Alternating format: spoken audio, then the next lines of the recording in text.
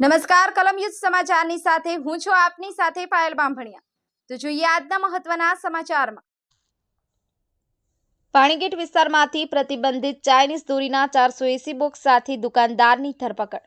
Vadodara SOG પોલીસે Memon shopping સેન્ટરમાં બાતમી આધારિત ચેકિંગ હાથ ધર્યું હતું। એસઓજી પોલીસે 2.40 લાખની ચાઇનીઝ દોરી, મોબાઈલ, રોકડ સહિત 2.48 લાખનો મુદ્દામાલ જપ્ત કર્યો। ચાઇનીઝ દોરીનો જથ્થો મોકલનાર વોન્ટેડ જાહેર। વડોદરા શહેરના પાણીગેટ વિસ્તારમાં આવેલ મેમણ શોપિંગ સેન્ટરમાંથી વડોદરા એસઓજી પોલીસે પ્રતિબંધિત ચાઇનીઝ દોરીના 480 બોક્સ સહિત 2.47 લાખ રૂપિયાનો મુદ્દામાલ જપ્ત કર્યો છે અને એક આરોપીની ધરપકડ કરી છે અને આ મામલે વધુ તપાસ શરૂ કરી છે।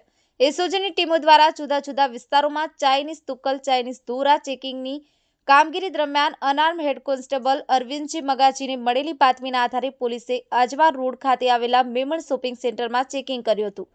પોલીસે દુકાનમાં હાજર ઇસમ હકીસ અલીમતભાઈ મેમણ અને પ્રતિબંધિત ચાઇનીઝ દોરીનો જથ્થો મોકલનાર ઇસમ રહીમ ગોલાવાલા, રહેરામ પાર્ક, આજવા રોડ, વડોદરા વિરુદ્ધ ભારતીય ન્યાય સંહિતા 2023ની કલમ 223-54 તથા જીપી એક્ટ કલમ 131 મુજબ પોલીસ કમિશનરના જાહેરનામાનો ભંગ કર્યા બાબત પાણીગેટ પોલીસે ગુનો નોંધ્યો છે।